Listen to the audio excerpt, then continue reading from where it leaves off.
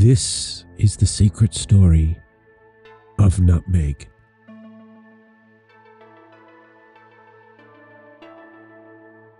So the fact that MDA and MMDA activate something that already exists in us, and that nutmeg is the key that unlocks that when it's synthesized into a form, and the laboratory was looking for a chemical to help circulation. You know what I mean?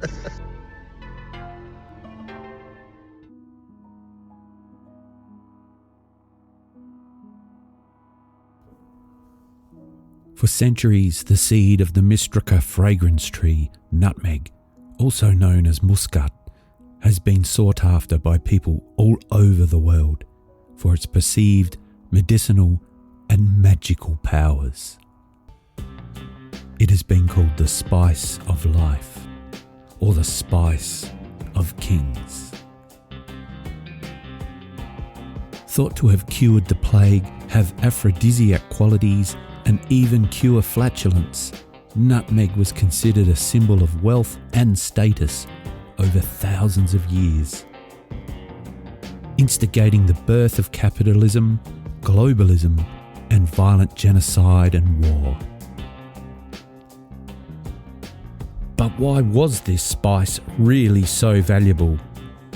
The answer may surprise you.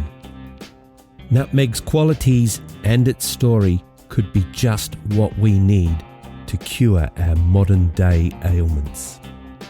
We want to explore its incredible history and the mystery that surrounds its real value to society over time.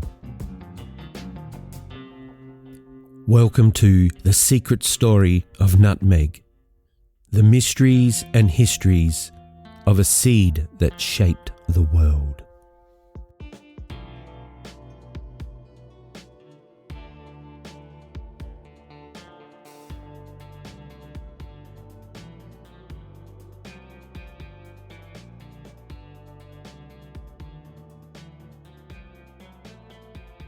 So, where are we at in the secret story of nutmeg?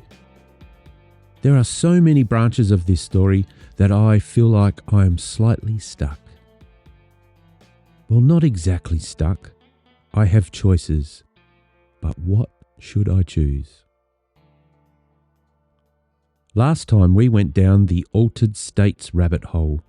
Dreaming, daydreaming, fever, flow, meditation, hypnosis, LSD, bicycle day, ergo, witch trials, revolutions, big stuff for a little seed sitting at the back of your spice rack. And actually, none of that could be blamed on nutmeg. But I did say we would get into the actual chemistry, didn't I? The chemistry of the nut. Not the metaphor, not the myth, but the molecule.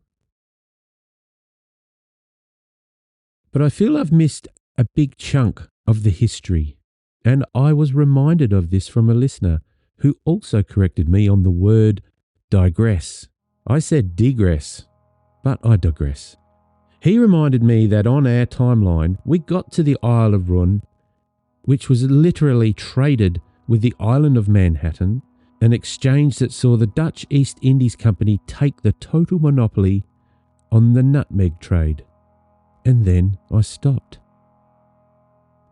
Then we heard from Trad in episode 7, where he took us into his mythic tale that he himself had constructed, but that was always there.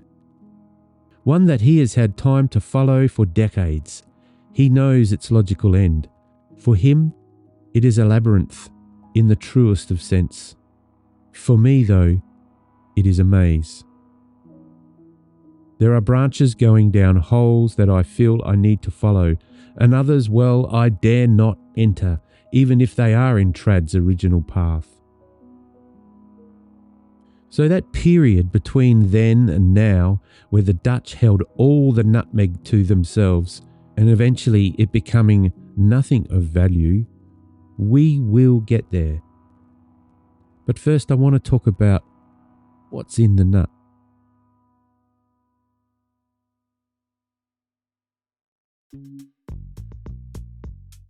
Myristicin is the compound in nutmeg that everyone points to when they say, "Oh yeah, nutmeg gets you high if you eat enough of it."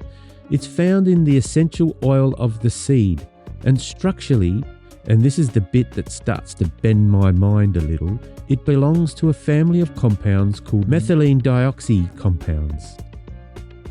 What's a methylenedioxy compound? It's a particular ring structure, a little chemical handshake that shows up again and again in some of the most well-known psychoactive molecules on the planet. And myristicin, found in nutmeg, has it. Saffrole, another chemical compound found in nutmeg, also has it.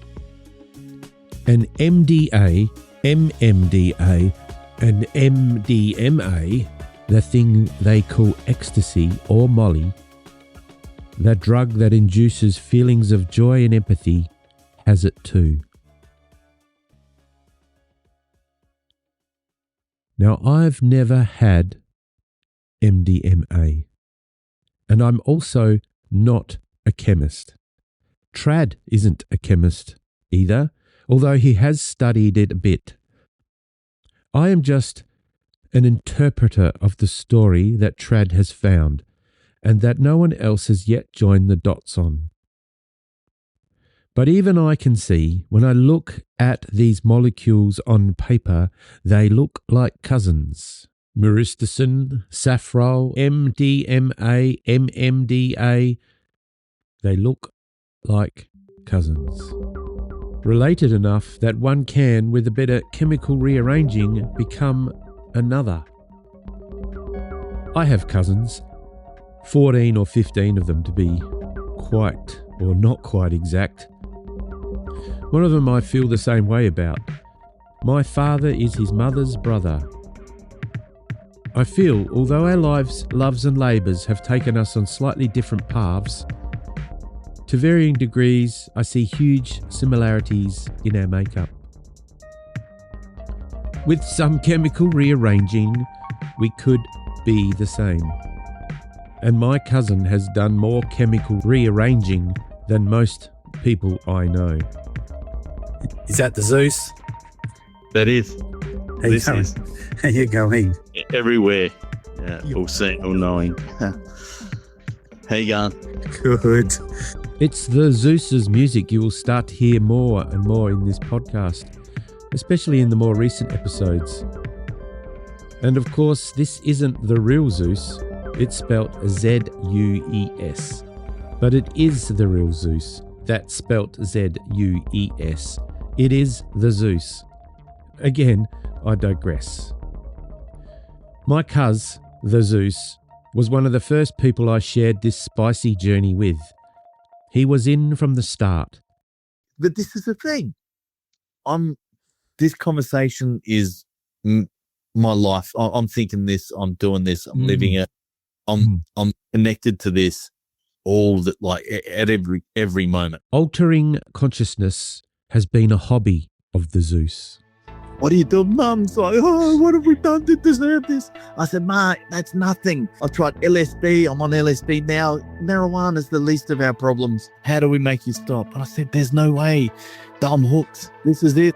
I'm done for. I'm gone. This is it. Concentrate on the others. But despite his travels through the psychosphere, he is my gentle earthbound brother that has all the best human elements of family, connection, and love in spades. Thank you, your brother. Love your brother. Be empathetic for his faults and your faults. And yeah, everything comes back to all of these. And these keys, man, the psychedelics, the, psychotropic entities and medicines are, you take them seriously, but you don't take yourself seriously. Yeah. You've really got to respect them. So I understand the cousin aspect of chemical rearranging, even if I don't understand the squiggles, letters and numbers of the chemistry arts. So when I look at this part of the story, it does help me to draw analogies. And the Zeus has had MDMA. MDMA, ecstasy, like it does. There are visual elements. There is a brain kind of manipulation or kind of a caressing in a direction that everybody gets. But I don't think the thing that does your tax returns is what makes you fall totally in love with whoever's in the room at the time and see beyond any quarrels or see beyond any lines of definition, that you become one, and your sensory, maybe that's the neurological center of it, is you touch something and you feel it. It's, you know, it activates all of your body. But there's that heart element that is undeniable, that, you know, the angriest person all of a sudden, you know, wants to stroke the head of a stranger. So herein lies the problem again. I wanted to have a chat with the Zeus about MDMA, myristicin, the chemical structure, the relationship, the cousins. And yet, as soon as I started talking about psychoactive compounds, he throws this at me. That's your term there. Psychoactive is it activates the mind, which is, in this case, I don't know if cardioactive is a term, whether it activates, the fact that it activates. Really, love doesn't just come from the heart, but there's a connection, and it definitely doesn't come from, you know, thinking. You can't kind of think yourself into love. And so I'm not even looking at my script now, because the Zeus has got me going down another rabbit hole. But I trust Zeus's rabbit holes. Zeus told me a story of when he lent out his late father's record collection to a friend. His friend hocked it off, and Zeus carried that anger for a long time. He never even entered a record shop for around 10 years. And then one day he let go of all this anger. It took me 10 years to finally forgive so that I could move on.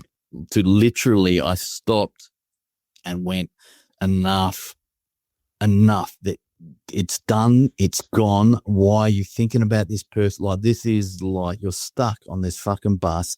Just let it go. What happened? A week later, a guy I worked with said, hey, I've got all these seconds, like these double records. You want them? 30 albums. I'll bring a crate around. I said, well, how much? No, I'm getting rid of them. I'll either that or I'm throwing them away, taking them to a shit store and da-da-da. Dude, there were records in there that were my dad's, that he had, that I lost. Ah, a story of karma. Empty your cup and let it filleth back up. Zeus went on. I kind of grew up thinking people that do that are trying to commodify it, trying to institutionalize the, hey, if I do this good act, then money lands in my bank account. If I help this person across the road, money might, you know, they might give me a $50 note. And you know, like, I kind of was grappling with other people's society's authenticity. Yeah. But actioning it myself in my own way was like, boom. And dude, that's kind of what you get with MDMA. That's what you get with all of that, is like this uncontrollable desire to be loved. To be loved. To be loved and to be loved. And to, you know, like to just be in that without the pretext, without thinking about it. So that's why, I mean, yeah, psychoactive, being active of the mind, it is. I mean, that's where the chemicals working with the amygdala and the hypothalamus and whatever's going up there in the pineal gland and whatever. But it's an overwhelming body experience in a sense that it's so authentic that it's a gift, you know, like the chemical itself, the medicine itself is going, hey, I'm taking over. You're going to fucking love this. Don't think about it. Well, yeah, don't think about it. So there must be like this mind-heart connection that if your mind gets into the right space, then perhaps the channel becomes clear to the heart. Oh, for sure. I think, maybe there's some kind of, acupuncture, like nerve connectivity that actually activates in that way, and maybe there's some correlation, but definitely, LSD is proper head. Like, it is a quest. It is a map to a Middle Earth in your brain that activates, and you've got to navigate this map and meet all these people on your quest who are going to help you, or they're against you, and they, antagonists and protagonists, and the hero. You're the hero of this story, walking around trying to put this puzzle together. And, that is pure cerebral. MA, ecstasy is, there's another, it's activating something completely different. I remember once, over 30 years ago, I was in Thailand, and a Thai friend said, let's go and look for diamonds in this cave. And off we went for an adventure. We went down, down, down, down into this dark, dark cave. And then one flashlight ran out of batteries. Then the second one, and then the third. By this time, we'd already decided we'd try and find our way out of this hole. We had a lighter, and then that ran out of gas. We had one box of matches,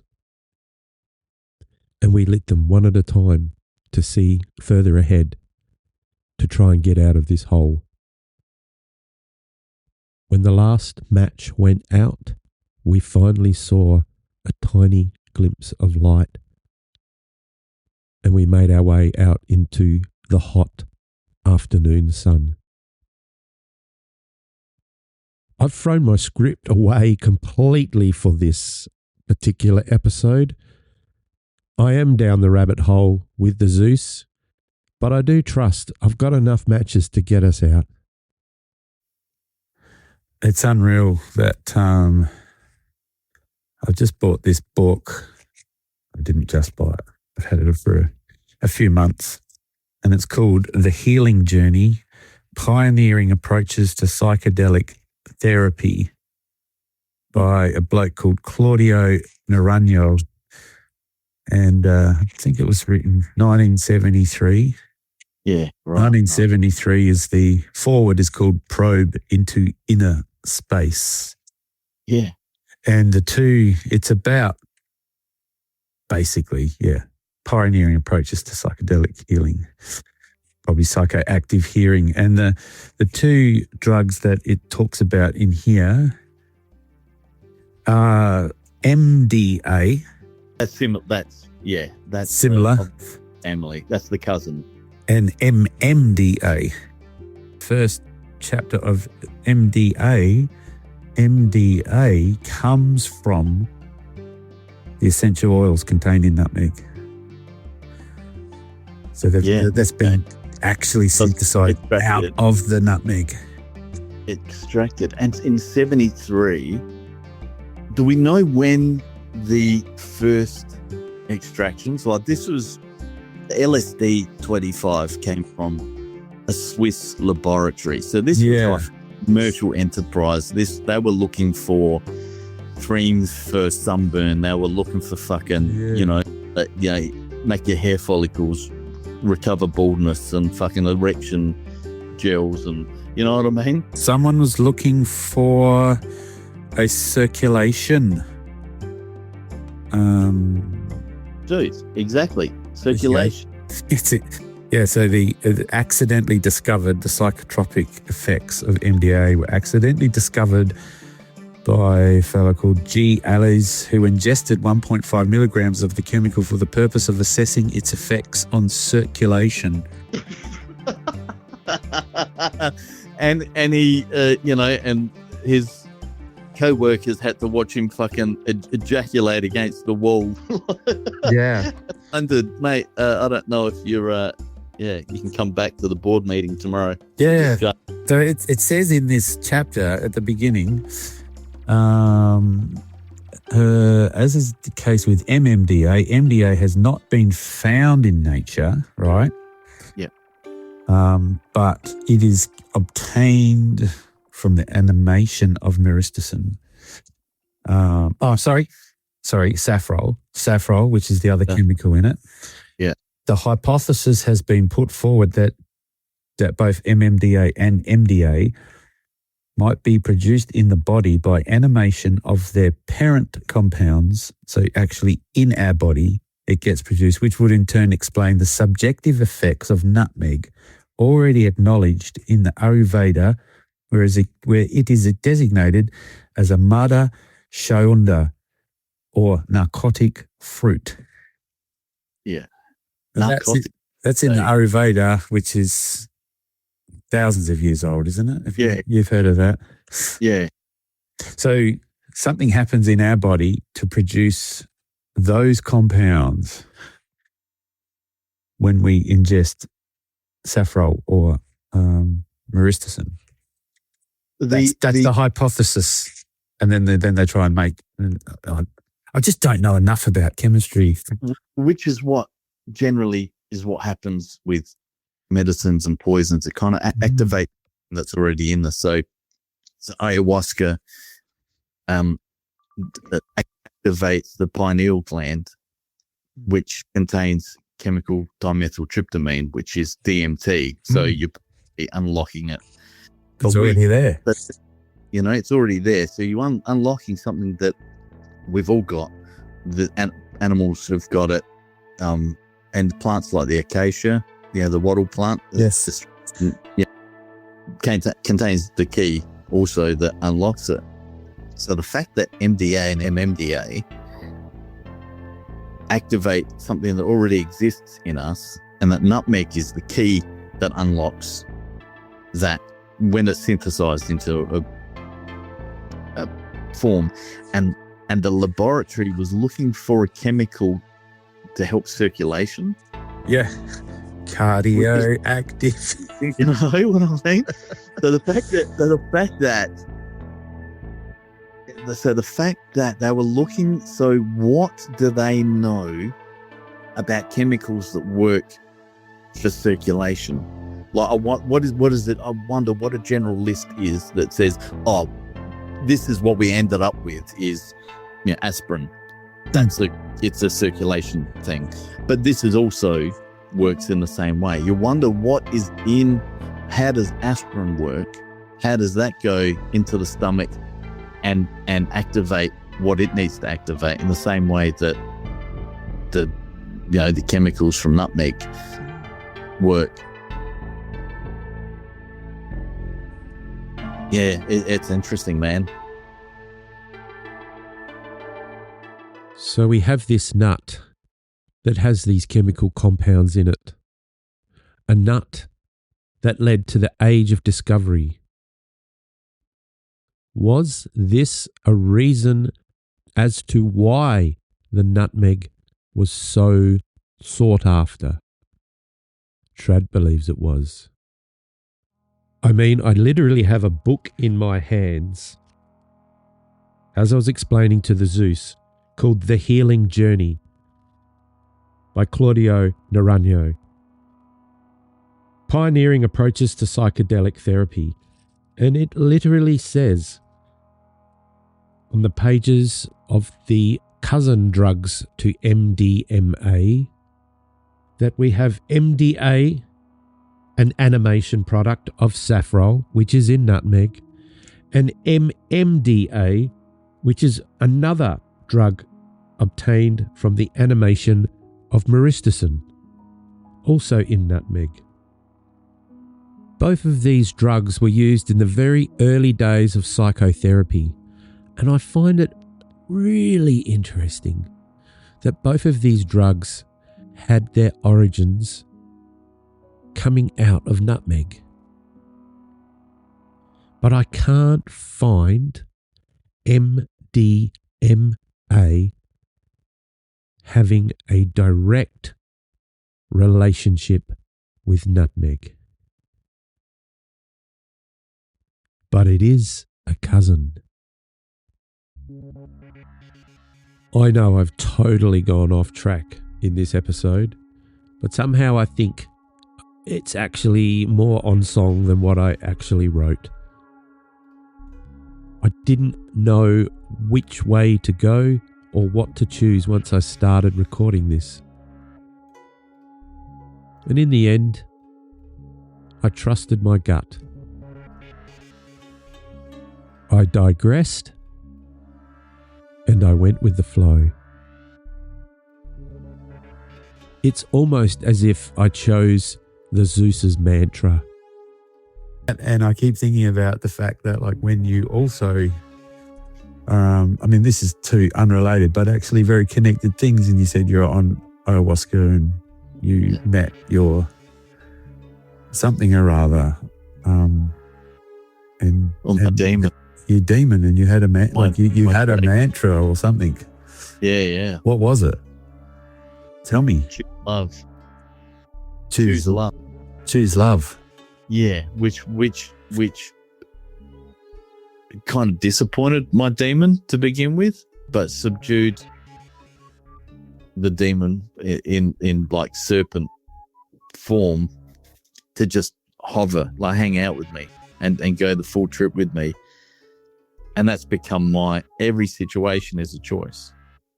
Every situation you can choose to be offended, you can choose to be antagonistic, you can choose to be exploitative. What would love do? What would love do? What that is an option there on your keyboard. Strive to be happy, but know your place in the world. You deserve to be here as much as everybody. I mean, what just that, boom, bang it on the t-shirt, walk down the mall, mate. Yeah. Because even when you're choosing love for others or situations or decisions, you're also choosing love for yourself. As all that is connected. Yeah. As above, so below. That's the mycelium under the surface that we can't see, but we know it exists. It's all connected.